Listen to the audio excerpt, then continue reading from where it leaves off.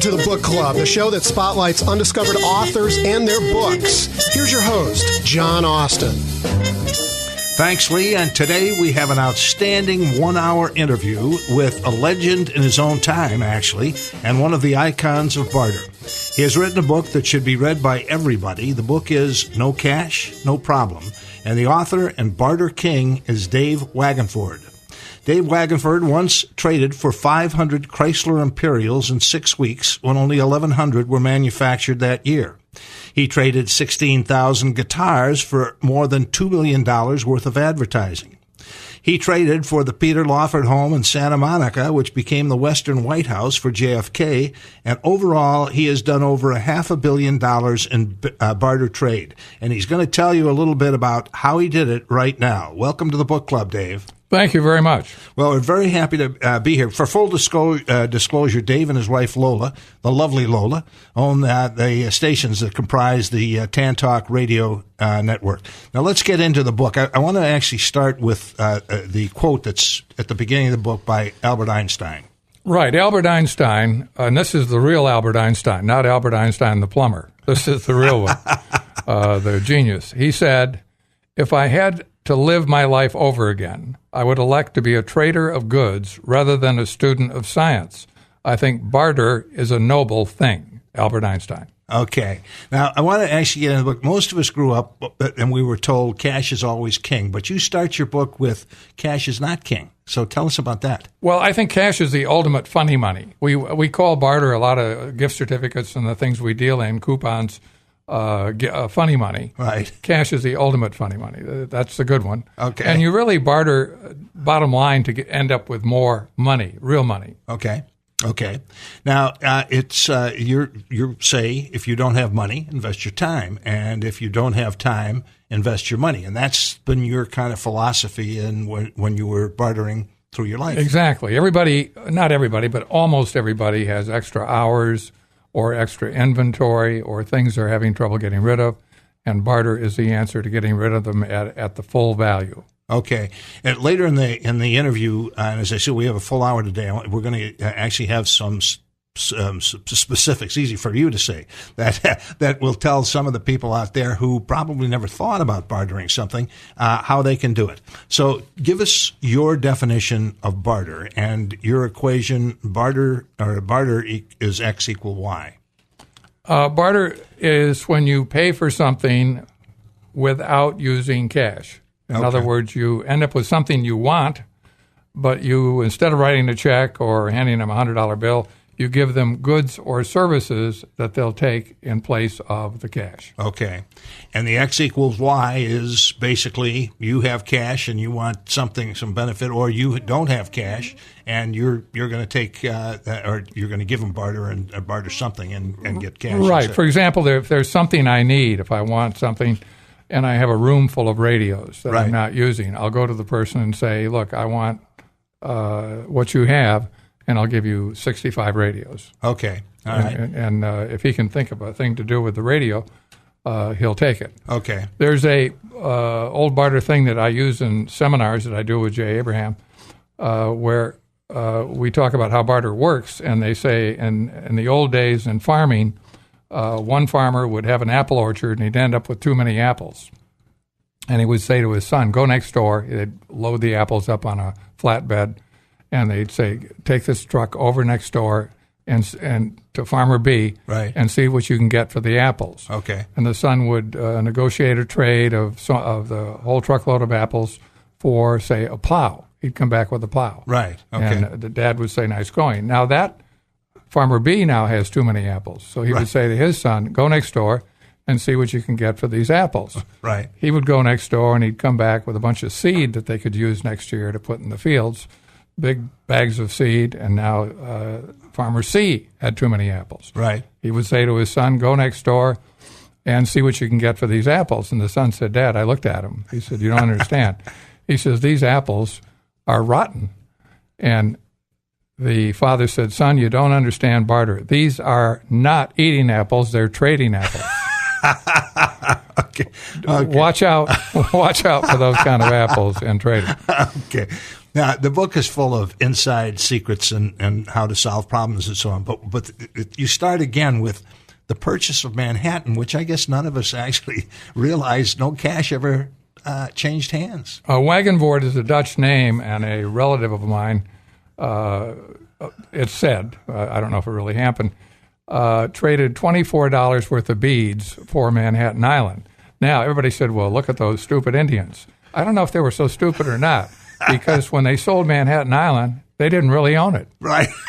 That's true. So, they did pretty good. I don't know who got who. They ended up with 24 worth of beads, and the Dutch took over the island. Right. But I don't think the Indians owned it in the first place. Okay. Or maybe you can do that. Take something you don't own and happens all the time. I'm sure it does.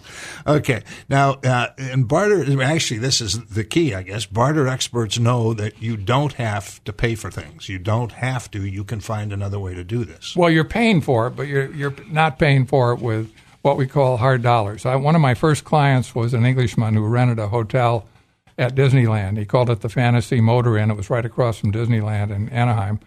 And I'm explaining everything to him, and he says, I got it. He says, you're going to allow me to advertise my motel for a soft dollar instead of a hard dollar. I said, what do you mean by that? Right. He said, and he pulled his checkbook out and put it on the desk. He said, a hard dollar is when I write a check.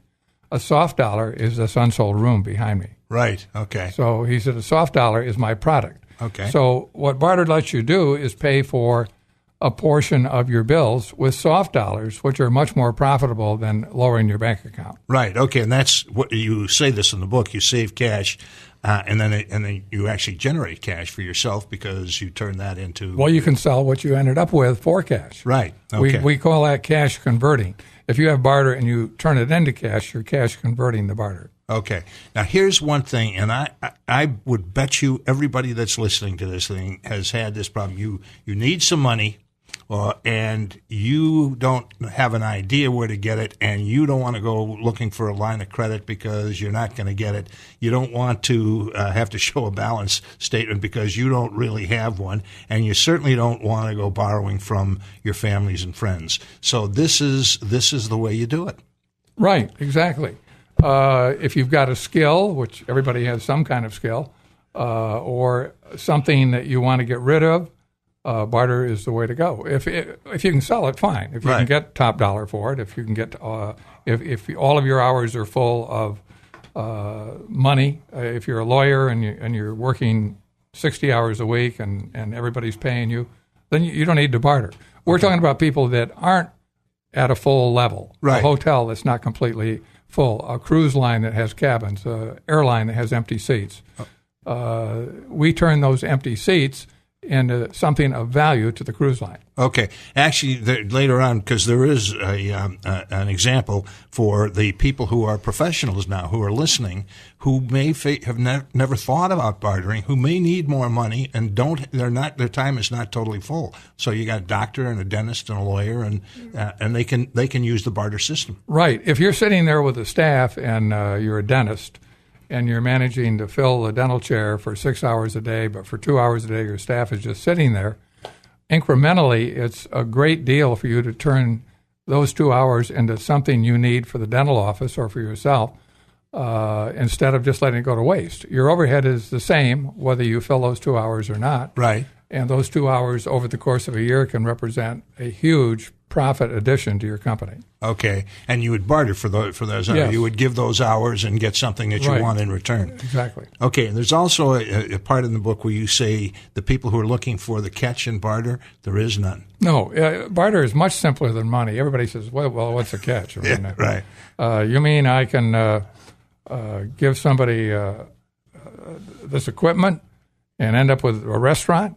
Gift certificate? Yes, that's what I mean. That's not complicated. Right. I give you A, you give me B. Right. Now, triangulation, which comes when you get involved with a barter club or a third level, that's a little more complicated, but it's not complicated. There isn't any catch. In a barter transaction, 4 or 5 people can benefit. No one gets hurt.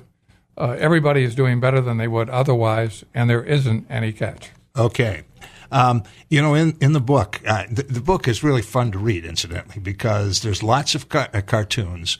And in the book, at parts, is very funny. I mean, there's some very funny things in there. Well, the book was put together primarily by Ali Perez, who is my co-author on this. Okay. And he's written a couple of very famous marketing books. He's a marketing consultant that works with companies all over the world.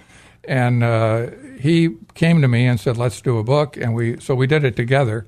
And I enjoyed reading it. I think he's done a tremendous job of structuring the information that I gave him. Yeah, it really is, and the cartoons are hilarious. I mean, yeah. It really, and right. and they represent something in the book. Okay, now here's another way with it. You say barter is actually in our DNA, and there is two different ways of thinking: conventional and creative. Right. Barter. Before there was money, there was barter. I mean, when the caveman was sitting there and he had pretty colored rock, he might trade it to somebody for an handmade axe. Right. He might even trade the wife, the use of the wife. Okay. You only want to rent and barter. You don't want to get rid of the wife. Okay. But if they want to borrow her, maybe. It's okay. Yeah, okay. Okay. Now, in the world of barter, and this should be obvious, but until I read it, I didn't think it. In barter, something is better than nothing. So basically, if you have something you don't want, is that the idea? Well, absolutely. I had. I'll give you an example. We worked with Whitnor Watch for about 5 years. And we placed about $5 or $6 million worth of radio time and got the broadcast stations all over the country to take watches. These were really top-line quality watches. Right. Our commission was in watches. Okay. Now, this was a very large deal, and we ended up with a room full of watches. Okay. We do for them. We traded them and for a while, but still the room was full. We couldn't get to the laundry machine. We had so many watches.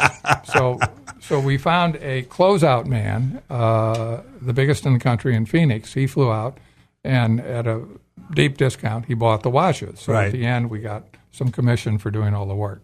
Okay. At some point, you also have to have money. If you're in the barter business, if you're in a barter club, you're going to pay a fee when the transaction happens. That's how the fee is generally 10 or 12%. Okay. If you eat a $100 dinner, the barter club's going to charge you $10 or $12. Okay. So everybody has to get some money. Right.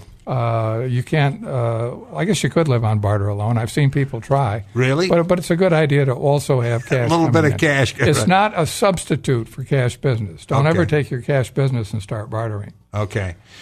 Later on, I do want to talk about the clubs because and we're going to talk about triangulations either. The other thing that struck me was when you say barter actually gives you 100% return on your investment. Right, because you're trading at the full retail level of the product. Okay. Let's say a cruise line has a cruise that in the brochure is $2,000. Okay. But they've got a $7.99 special this weekend. When Right. you barter, you're going to trade at the full retail. Right. But you're going to get full retail for your product also. Okay. So everybody has to be on the same level. You'll always find somebody that says, "Look, I'll buy from you at wholesale and give you product at retail." Well, that doesn't work. Right. Everybody's got to be at the same point. Okay. Which is generally list price. Okay. And I'm going to ask you about the 2 R's of barter. Okay. Okay. And you say that actually this is kind of different, but the two of them together, the power to use script at any time. And we're going to talk about the terminology because actually I didn't know what script was until, even though I've heard you talk about it, I really didn't know until I read the book. Script is similar to a gift certificate, and it's a currency that's good for whatever you're bartering. If you have a company, you could have a script that was good for each coupon's good for 1 hour of legal time. Okay. Worth $500 or $600. And you put on there how much it's worth. Right. It could be worth $100 for a dinner. Okay. It would have the conditions on there. You might, it would say the tips are going to be in cash. Sometimes when we barter with automobile repair shops, the barter is for the labor, and the person coming in pays for the out-of-pocket for the person to buy the parts. Okay. So it could be a combination that way. Okay. You're actually doing this all the time, I guess. Yes. Still. Okay. Okay, let's talk about some of the terminology, because we just mentioned scrip. Now you got scrip, dating, breakage, and float. Okay. Dating is if a restaurant issues $10,000 in scrip, or a hotel, let's say they put out $10,000 and they put it out, these certificates, and it's good until, say, December 31st, 2012. At the end of the year, maybe out of the 10,000, 4,000 hasn't been turned in. Well, it vanishes. Right, okay. So the dating can, you want it all to be used, but it almost never is. Okay. When green stamps was in business, remember when you used green stamps, sure. you got a lamp? Right. Only about 5% of the stamps were ever redeemed. I mean, every time you went to the store, you got, if they were all redeemed, the green stamp company would have gone out of business. Is that, I had no idea. The first of the following month. Yeah.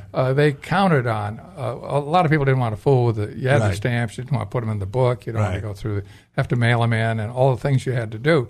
So that's called breakage. Okay. Breakage is the unused, the barter that you owe that is never used. Okay. And that can be significant.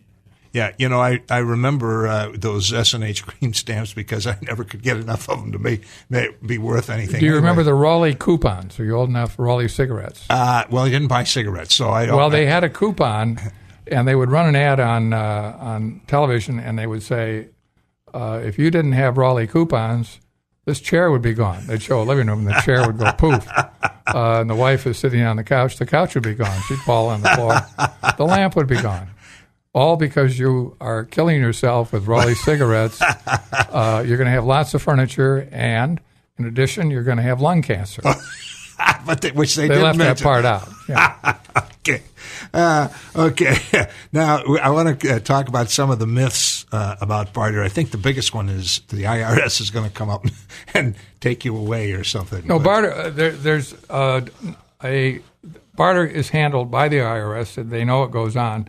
It's the same as money. It isn't any different. Right. It's income. Right. If you get something for your business that's deductible, that's tax deductible. If you use it for yourself, that's income. Okay. So it's the same as whether you got a $100 bill or a $100 gift certificate that you use personally. You are personally liable for that portion. For that portion. Okay. Now, the big deals are done between countries where there's no IRS consideration, or between corporations where the corporation is using it to pay bills. Okay. So in that case, it washes.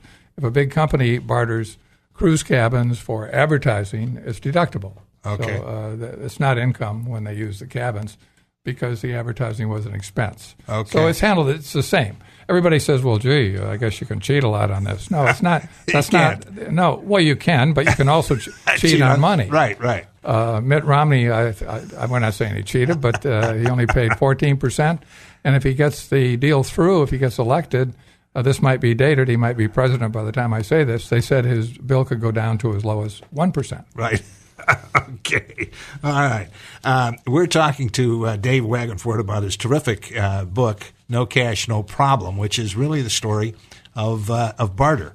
I want to get into trade clubs because, again, I had no idea there were trade clubs. I had no idea what that was as I was reading this book, and now I do know. But tell us a little bit about them. There are probably 500,000 or 600,000 members of trade clubs.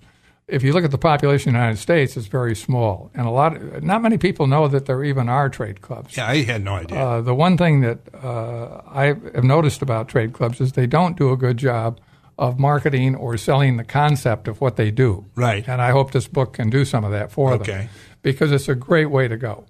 If you're in a trade club, and I'll give you an example, there's one here in Florida that has thousands of members, and if you're a member and you put your product into that club, you now can access those thousands or hundreds of accounts. Okay. When you talk to a trade club, find out how long they've been in business, what they have to offer, and a good trade club will help you get what you want. They'll say, what do you want? Let's say you're a car dealer and you want to trade repairs and painting of the car. Okay. They'll say, what do you want? Well, we could use some paint. Okay. We could use some step ladders. And they'll go out and try to find stepladder people that will trade with the club so you can get that. Okay. So it takes longer. Barter takes longer, but it's more profitable. Right. You didn't have to use cash to acquire what you got. Cash is hard to get. Right. Yes, it is. Yeah, it is. So if an everyday person, me, I say, okay, I want to look around and I think, well, maybe I've got some stuff here I want to trade. What do you do? I mean, you call these trade clubs? Well, I would say your background is books. Right. You might be a consultant to tell somebody for $200 or $300 an hour, I'll sit down and look at your book and tell you how to get it published, how to market it. If it's terrible, would you tell them that if it was terrible? Well, it depends. Yeah, depends how much your fee is. Well, and how big they were. But they might say, well, I haven't got any money. You say, okay, you own a restaurant. Right. I'll take pieces and I'll consult with you on your book. Okay. So you use your expertise and trade that for something that the person has. Now, both of you have benefited. He's now learned how to market a book. Right. And you've gained 30 pounds eating this pizza. That's right. Okay. Now, the next thing is, I mean, it makes total sense, obviously. We've got this down economy. So barter, I mean, the people who don't have cash, and there's a whole lot of them, can now move into this barter thing and at least get some food in the house and do whatever else they need to do. Right. I would say right now, and we're making this interview in 2012, there's more growth in trade clubs than there's ever been. One of the clubs in New York will get as many as 100 new accounts a week. Really? Because you're right. When they go out and explain that the guy says, I haven't got any cash, I'm cash short. Barter can get advertising for that business. It can get them fish to sell in the restaurant. There have been trades made for beer. You can't name anything that hasn't been traded. Okay. And as long as both sides benefit, it's terrific. And it's going to take longer. You got to have. If you haven't got any patience, don't try to barter. Okay. You got to have a little bit of patience. You want to barter with people that are legitimate, but you'd want to do cash business with people that are legitimate too. Okay. So use the same care in who you're dealing with.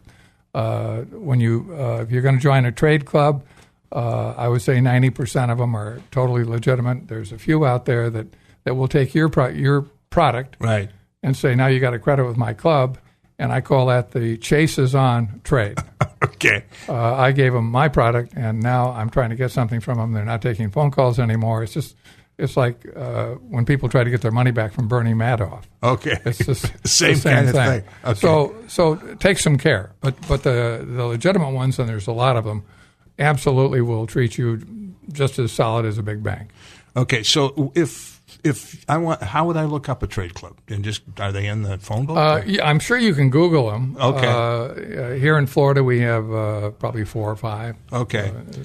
And to check out there, you ask for references, or sure, yeah, okay, sure. Ask who you're dealing with, and do a little research. You can call me anytime. Okay. At my phone or email address, and I'll be glad to tell you who's who. Okay. And once you've done that, then tell the club what you want. All right. What you're trying to achieve. Okay. Now you have to have goods or services that they can market to their customers, to their members.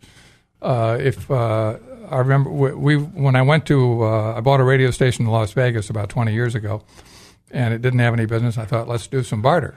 Right. And I didn't realize how easy it is to get restaurants in Las Vegas, because they have, in the bar, they have a thing called slot machines, like poker. Right. So they'll trade with anybody. So all of a sudden, we had enough drinks for an army for the next year. I had 60,000 of Korean karate lessons. Oh, my God. What do I do with those? You know? Right. So you can get way too much of one thing where it would take you 100 years to get rid of it. So go for things that you can really use, that can benefit your company, that can benefit you. Okay. But you can have a better standard of living utilizing barter, because you can get things that you didn't have to write a check for. Right. Okay. We're going to take just a short break, but as I said, this is an hour program. We're coming back in the second half because we're going to get into some of the stories, some of Dave's stories, right after these messages.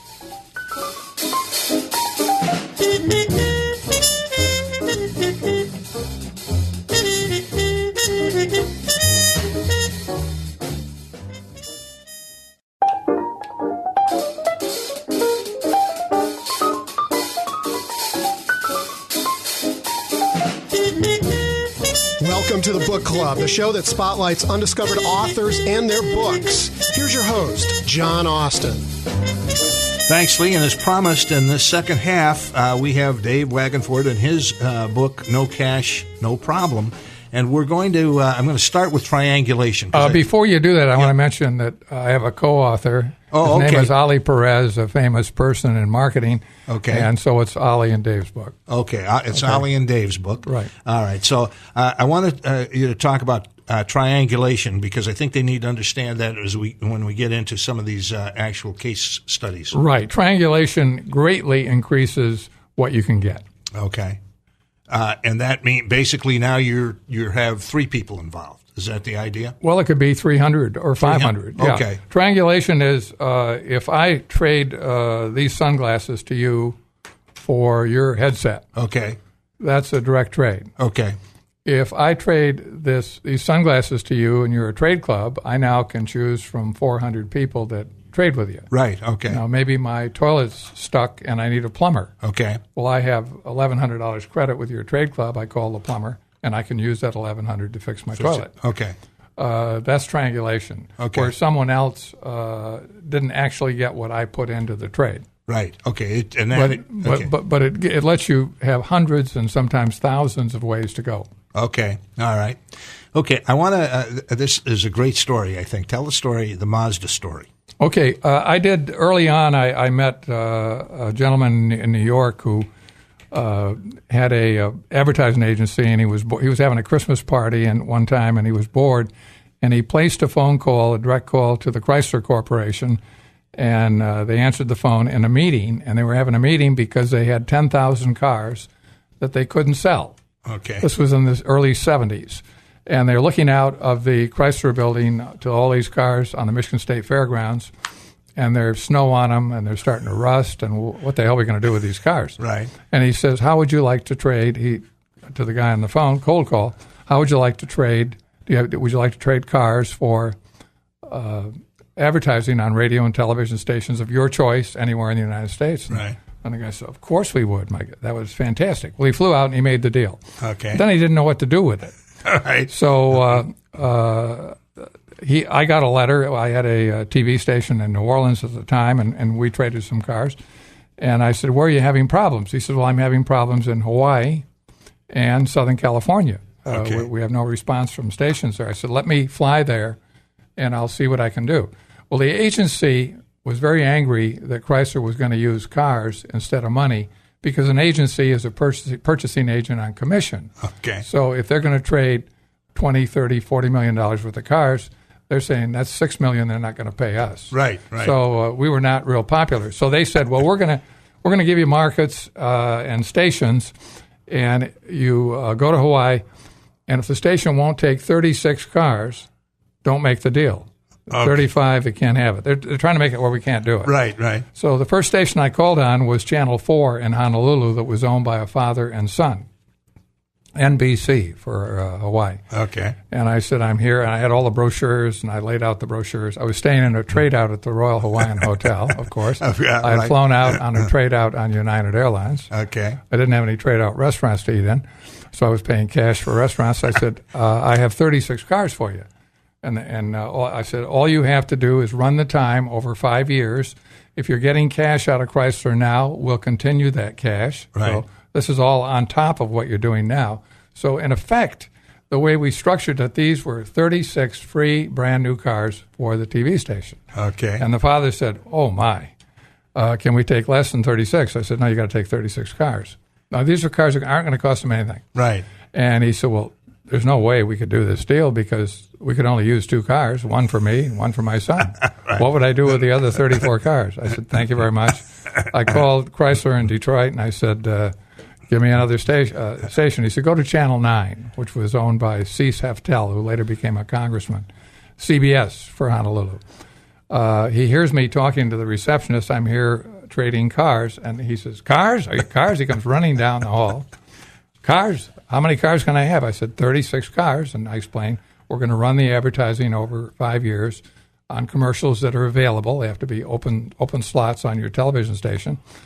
And he said, can I have milk trucks? I said, why would you want milk trucks? He said, I own the foremost dairy can 18 of these cars be milk trucks? I said, let me find out. I called Detroit. Said he wants milk trucks. She said, fine, we'll give him milk trucks. So he got 18 cars and 18 milk trucks. He drove me back to the hotel. He put a sign up on the board, Chrysler Automobiles, 30% discount. Oh. He had sold all 18. He had the 18 milk trucks that he was going to get free for his dairy. The 18 cars were sold to people that worked there that afternoon. Oh, my God. If it was a $10,000 car, you got it for $7,000. So he turned I would say the 18 cars were a couple of $100,000 worth of cars. Cars were a lot cheaper then. So he turned that into about $14,000 cash plus the milk trucks simply by saying, well, yes, the other person could only figure out two. Why would I want 34 brand new cars? What would I do with them? And I was thinking, do you ever think about selling them? Okay. Now, there's something else that you say in the book. You say, don't tell people that you want to trade. You tell people, I want to buy. Yeah, some people have done a trade or a barter, and it didn't work out. So that word trade and barter becomes owed. Avoid that. So if you go in and say, I want to buy 1,000 room nights at your hotel, and I want to pay you with advertising, print, any kind you want, anywhere you want it, that's the way I'll pay for the rooms. Right. It's the same thing. Right. And the way that happened, I was driving along in Los Angeles after I'd done this Chrysler deal, and I still had all the contracts. And I see a whole field full of Mazda cars. And I went back 6 months later. They're still parked there. I said, something's wrong here. And Mazda had a big office in Los Angeles, in Orange County. I went down and called on them. And I said, I did the Chrysler deal. We traded thousands of cars. And I showed them the contracts. I showed them everything. And they said, well, come back Monday. We'll think about it. So they had like 300 or 400 of these cars parked. It was called the Cosmos. It was the first Wankel rotary engine. Okay. It got about 8 miles to a gallon, and it leaked oil.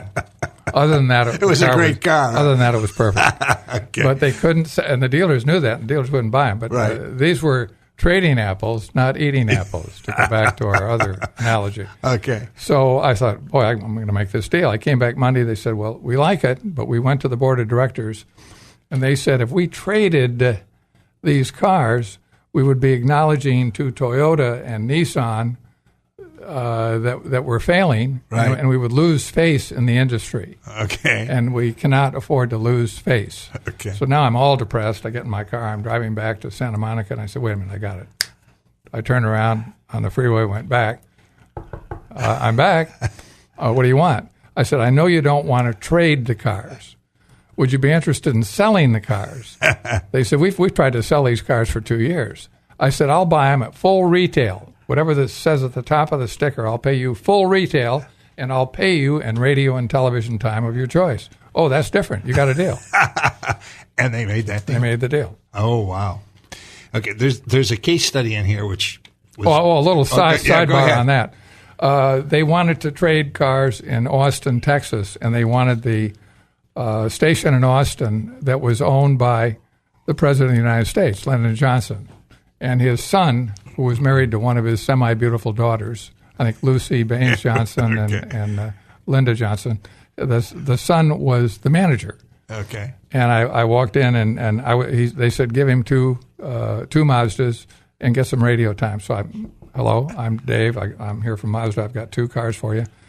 And he said, I said, I'm going to give you the cars. We'll deliver them to you. You got the keys, the title, everything. You own them.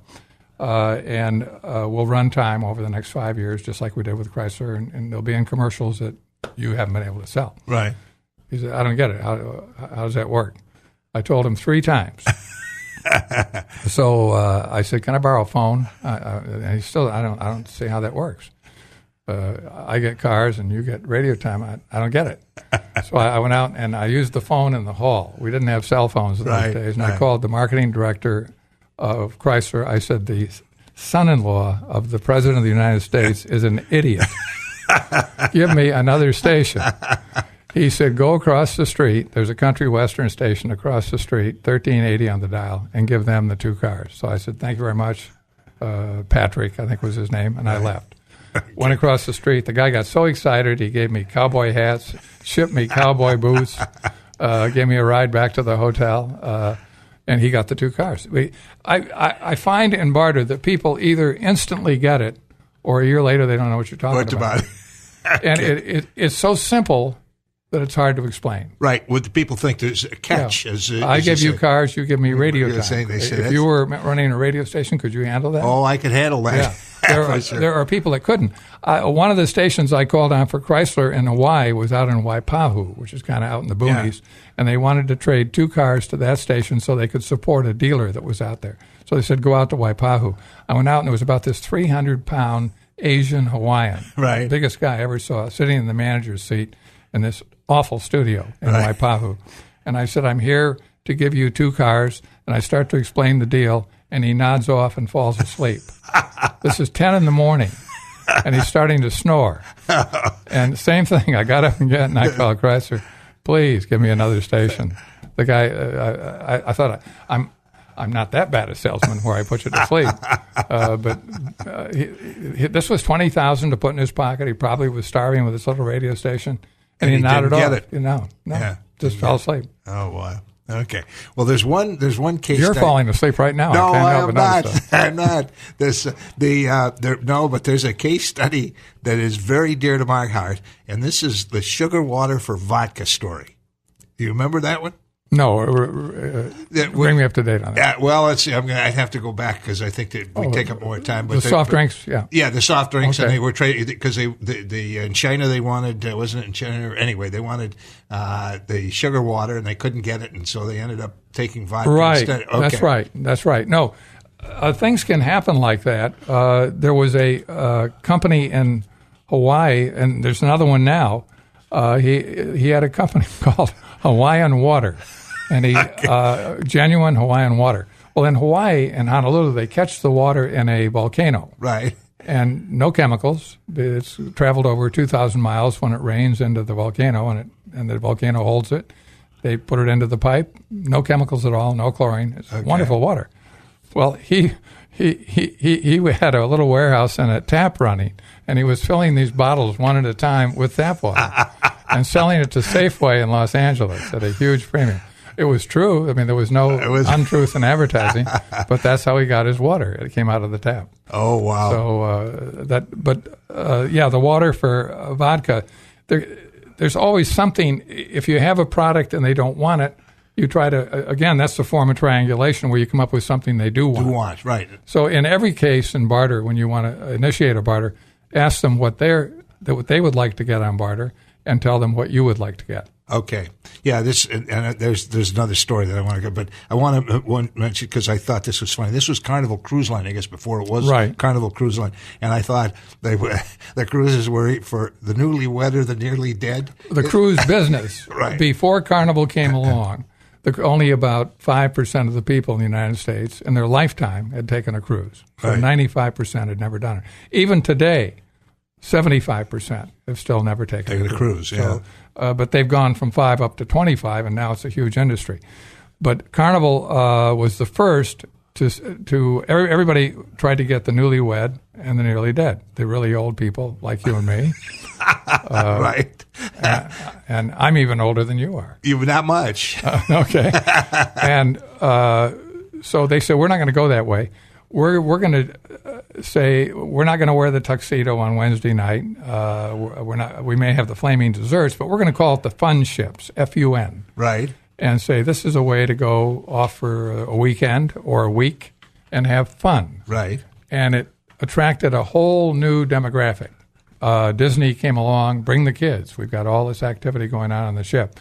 So cruising went from people that got married on the honeymoon to people that on Social Security, all the ones in the middle who had never been marketed to suddenly were marketed to. Right. And that's what made cruising grow. Okay. And now all ages go. There's all kinds of specialty cruises. There are nude cruises. There are gay cruises.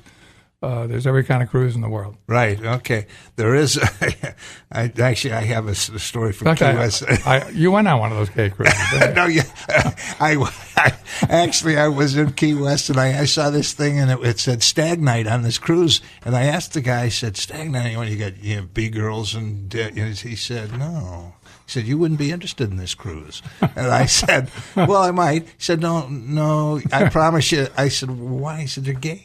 I said, well, what if somebody gets on there and they're not gay? He said, they better be able to swim good. Yeah, that's true. and it's happened. That actually happened. Yeah, so I didn't go, though. But my wife wouldn't let me. She wouldn't have let me go even if it was B-girls. So anyway, okay, so the other one that I want to talk about is the apartments in Vegas. Right. A gentleman built 300 two-bedroom apartments on a hill outside Vegas, on the west side. And I went out to see him, and he had 300 units, and he was getting ready to advertise. And I said, let me advertise these units. I said, which three are going to be the hardest to sell? He said, those three up the. He had to walk up the hill. He had unit 1, 2, 3. Right. Unit 3, he had to walk up not steps, but up a hill. They were built into the side of a mountain. He said, those three on the end are going to be the hardest because you got to walk the farthest from the parking lot. I said, all right, give me those 3 units. I'll put my staff in here. I'll make it a benefit of working for me, and they'll live there. And after they get in there, if you need them, as soon as we're going to advertise and you're going to sell out these apartments, when you need those 3 back because you're full, I'll leave. I'll leave that day.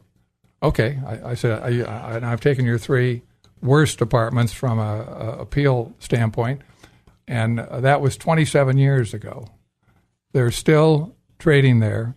They've run over $2 million worth of advertising on the radio station that Lola Jean, the broadcast queen, and I used to own. Okay. The people that took over kept the apartments. The people that took over after that kept the apartments. This guy has been on the radio every day at cost of 0. Oh, boy. Because out of 300, you virtually always have 1 or 2 or 3. That's not going to, right, okay. And if he ever needs them, they'll get them back. But for 27 years, the radio station has kept these apartments at a cost to the developer of 0. Okay. One of the things you say is you tell people what you need, what you have, and then what you want. What you have to offer. Right. And then what you want. Don't be afraid to tell them. And I think the one of the funniest things is, and you have to tell us about the plastic surgeon and the boob job. Right. Well, our chief engineer, who shall remain nameless for this purpose of this broadcast, in California, we had a radio station in Monterey, California, and we needed some engineering work done on a second station we bought in the Carmel Valley. And so I was trying not to pay cash, and I said, what can I give you? And he lived in Texas, and he said, my wife needs a boob job. So I called a plastic surgeon in Santa Cruz, which was right across the bay from Monterey, and made a trade deal for his wife to get a boob job for the work that I wanted done. Right. She flew out, got a boob job, and he said it was the gift that keeps on giving. That was his description of the trade. She got what she wanted and he wanted. We got the engineering that we wanted. Right. The plastic surgeon took extra hours, did the work, and got advertising all over the Monterey Peninsula. Everybody benefited. Right. Okay. Well, it certainly worked. It seems like most of these things do. There's another, because this one hit me, because I have probably everybody who's had a small business of any kind has run into this one where you've got barter and cash flow. By the way, yes. We shouldn't have said boob job. It's breast augmentation. Breast augmentation. That's more politically correct. Okay. All right. I hope they won't put us off the air. Okay. And now you say that the barter can actually work on cash flow, even payroll, because that is a big thing for a lot of people. If you suddenly have a bad month and now you got this payroll staring you in the face, what do you do then? Well, when we had the apartments, if we would give the employee, we would let him pay us half in cash. If it was a $600 a month apartment, the employee would rent it for $300, and we get $300 in services from the employee. Right. So there are people that will work on trade. Okay. That would love to have credit at a certain restaurant or right. and they'll take gift certificates for the restaurant. A restaurant's really in a terrific, and a hotel are both in terrific positions to trade, because I owned a little 16-unit hotel in Hawaii called the Waikiki Tiki. Lola O'Brien, the Irish Hawaiian, called it the Tacky Tiki, and we ran it as that little hotel. We stayed 80% full, and I wanted to advertise on stations in Los Angeles, and I generated $150,000 in time for LA to promote the hotel, which kept me 80% full. Right. Without having to write a check. Write a check. The station would send people out to stay in the hotel. Okay.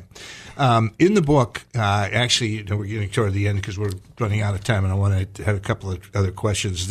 But you have a terrific section in there, I don't know whether you put it together or your co-author put it together, that actually summarizes the book. Right. And tells you how to do a trade. Right. Yeah. Ali put that together, and it's terrific. Yeah, and in fact, that is the last section. It says doing your first deal, and it kind of takes you through if you want to try this one time and see what happens. Right. Yes, and I think that's okay. Let's tell them how they buy the book. Okay. Right as we make this recording, I'm not sure where all it will be available, but it will definitely be available on the internet. It's going to be an e-book. Right. And it's also going to be out in softcover and in bookstores. I'm sure it'll be available on Amazon and all the usual places. And if you check the website of the radio station here, there'll be an announcement about it, and we'll tell you exactly how to get it. Okay. Right now we're recording this a few months before it comes out, but as soon as it's out, we'll do a follow-up. In the meantime, if you want to contact me, my phone number, and I answer it all the time, 727-424-4991. Jack, if you need a consultant to help you do a book, he's terrific. Great background. We brought him out of retirement, and he hasn't had a quiet day since.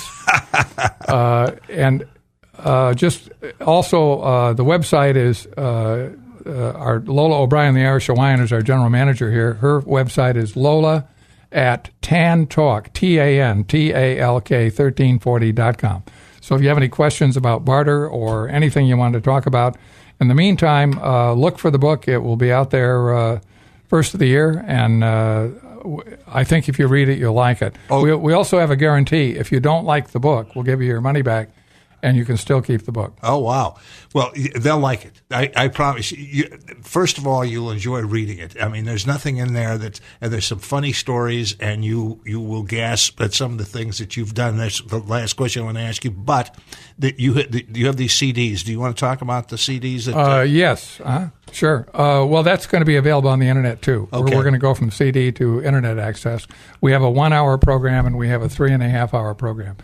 Tell me say a little bit about your background, because you've got a wonderful background in publishing. Well, basically, I spent 35 years in publishing, 10 of it as the vice president of sales and marketing for Harper & Row, and another 7 as CEO of 2 smaller houses on the West Coast, and I was the senior publishing rep for John Wiley for 7 years. So, and actually, I had been retired for 9 years before you caught me, and I've been doing this. We've been on the air for like over 2 years. It's hard to believe, but anyway. Well, what I want to point out, ladies and gentlemen, this man who did this interview really knows his doo-doo. Well, thank you. You may get an argument from my wife, but no, you're terrific, and we've enjoyed having you here on the radio. Well, it's been really fun, and hopefully it'll keep going, because it keeps me pretty much out of trouble. I noticed you said pretty much. Yeah, not completely. Well, the problem is I keep trying to get into trouble, and I can't. I mean, right. I've gotten to not you. I mean, well, it's like George Burns. When George Burns was 98, they said, George, why don't you quit? He was still performing all the time. He said, I can't quit. I'm booked. and he always had a young woman on his arm. They said, George, why don't you go out with women your own age? He said, there are no women my own age. 2 great lines from George Burns. Yeah, well, we're getting to that age, aren't we? So, right. Okay. We've been talking to Dave Wagenvoord about his outstanding book, No Cash, No Problem. Be sure to join us next Tuesday morning at 10 for the next edition of the Book Club. Until then, this is John Austin wishing you a good day and a good read.